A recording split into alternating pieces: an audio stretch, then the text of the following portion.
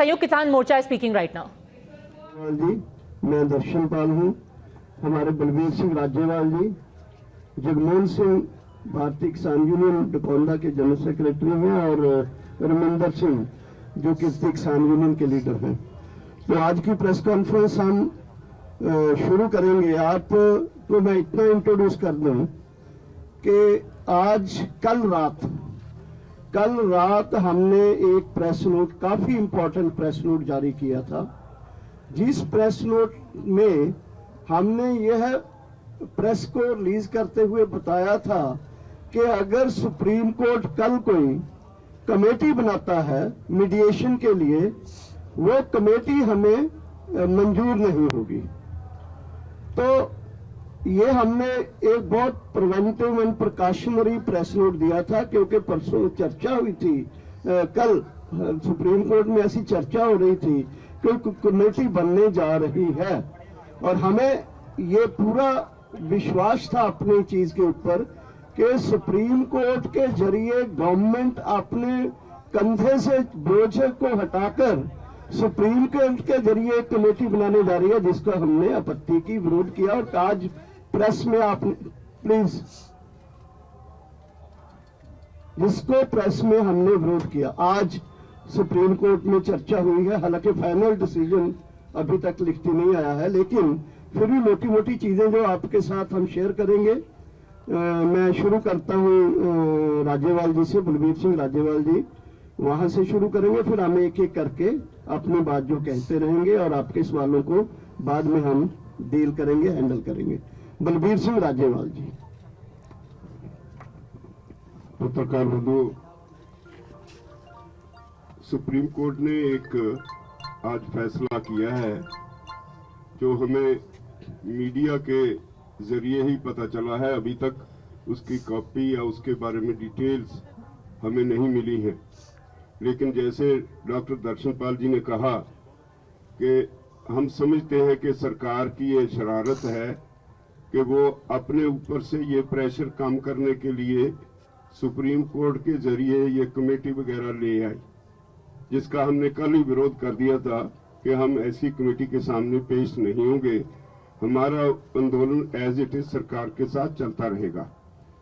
दूसरी बात, वो कमेटी भी जो बनी है, ये डायरेक्टली और इनडायरेक्टली किसी भी तरह हम उसको नहीं मानते, लेकिन वो सारे के सारे जो कमेटी के मेंबर्स हैं वो प्रो गवर्नमेंट है।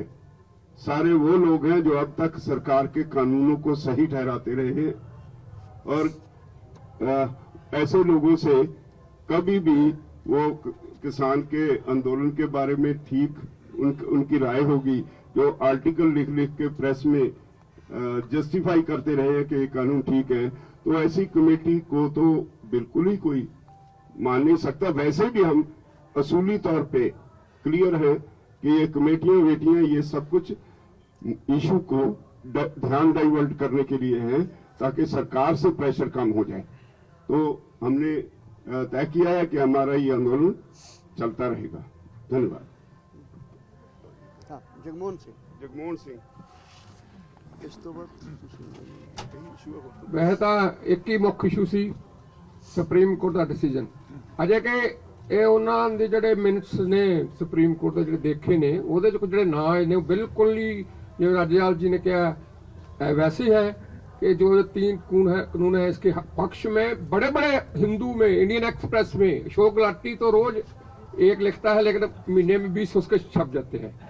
ऐसे आदमियों के नाम आए हैं।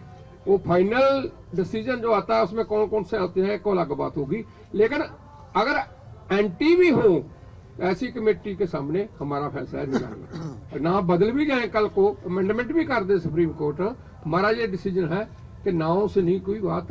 एक कमेटी का मतलब ये है कि जो हमारा एजिटेशन है, जहाँ इशू है, उसको ठंडे बस्ते में फ्रीज करना, और हम फ्रीज नहीं होना देना चाहते। हम इनडेफिनेट समय के लिए आए हैं और जीतकर और शांतमय तरीके से जीतकर।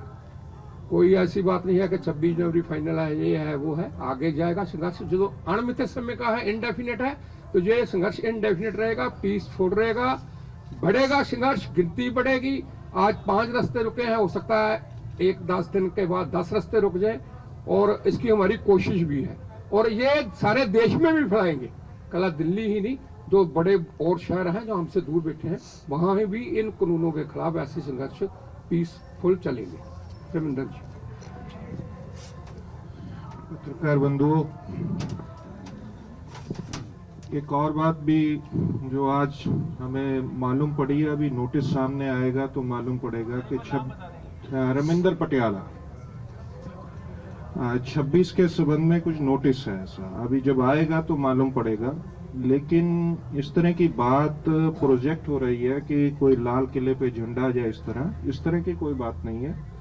हमारा 26 का प्रोग्राम ऐतिहासिक होगा, नो डाउट, लेकिन ये आंदोलन 26 को समाप्त होने नहीं जा रहा है। हम लोग अपील के लिए जूझ रहे हैं और 26 के बाद भी अगर ये कंटिन्यू करने की जरूरत होगी तो उसके बाद भी जारी रहेगा।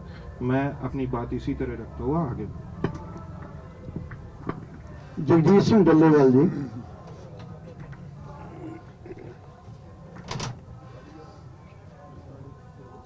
सत्कारयोग पत्रकार मित्रों,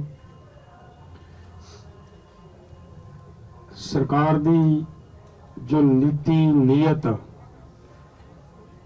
जिस तरह की कानून बनाने दे समय रही है, बिल्कुल उही नीति ते नीयत इत्थे कमेटी दे समय दे उत्ते बिल्कुल निकल के क्लीयर स्पष्ट सामने आई है कि सरकार हर हाल दे विच चाहुंदी है कि ये कानून वापस ना होण, ये रिपील ना कीते जाण। ਤਾਂ ਹੀ ਇਹ ਕਮੇਟੀ ਦੇ ਵਿੱਚ ਜਿਹੜੇ ਵਿਅਕਤੀਆਂ ਦੇ ਨਾਂ ਆਏ ਨੇ, ਜਿਵੇਂ ਰਾਜੇਵਾਲ ਜੀ ਨੇ ਦੱਸੇ ਹੈ, ਉਹ ਲੋਕਾਂ ਦੇ ਨਾਂ ਆਏ ਆ ਜਿਹੜੇ ਹੁਣ ਤੱਕ ਇਹਨਾਂ ਕਾਨੂੰਨਾਂ ਦੇ ਪੱਖ ਦੇ ਵਿੱਚ ਇਹ ਕਾਨੂੰਨ ਰਹਿਣੇ ਚਾਹੀਦੇ ਨੇ, ਇਹ ਕਿੰਨੇ ਗੁਣਕਾਰੀ ਨੇ, ਇਹਨਾਂ ਦੇ ਗੁਣ ਗਾਉਂਦੇ ਰਹੇ ਆਪਦੇ ਆਰਟੀਕਲਾਂ ਦੇ ਜ਼ਰੀਏ। तो मैं तो यही कहूँगा कि ये मान लो तुसी कि सुप्रीम कोर्ट के जरिए सरकार ने उही आपदी नीयत उही नीति इत्थे लागू करने का यतन किया है, जिन्हों मेरा ख्याल है मनना बड़ा औखा है, तो जो लोग मनणगे नहीं, जथेबंदियां मनणगियां नहीं। प्रेम सिंह भंगू जी इस तो अगली गल रखणगे। बहुत ही सत्कारयोग पत्रकार साथियों, आज जो बहुत ही जैसे डॉक्टर दर्शनपाल जी ने बताया बहुत महत्वपूर्ण प्रेस कॉन्फ्रेंस है, क्योंकि आप सबकी आंखें सुप्रीम कोर्ट की तरफ लगी हुई थी कि सुप्रीम कोर्ट में क्या डिसीजन होने वाला है। हमारे 8 ऑर्गेनाइजेशंस के खिलाफ पहले एक पिटीशन डली हुई थी वहां पे एक लॉ स्टूडेंट की तरफ से, उसका स्कोप था कि हाईवे खाली करवाना है, उसके अंदर सुनवाई चल रही थी। उसी के अंदर कुछ observations on the last date of hearing Supreme Court की तरफ से आई थी और आज भी उसी में आई है। तो आपकी जानकारी के लिए है कि माननीय सुप्रीम कोर्ट ने उस पिटीशन को तो आगे डल गया और सुनवाई इस पर तो खत्म हो गई है, एक तरफ का तो डिस्पोज ऑफ हो गई है और उसके अंदर ये स्पष्ट कह दिया कि जो फार्मर्स यहाँ प्रोटेस्ट कर रहे हैं they have legal right to protest और उनको यहाँ से उठाने का और का कोई क्वेश्चन पैदा नहीं होता।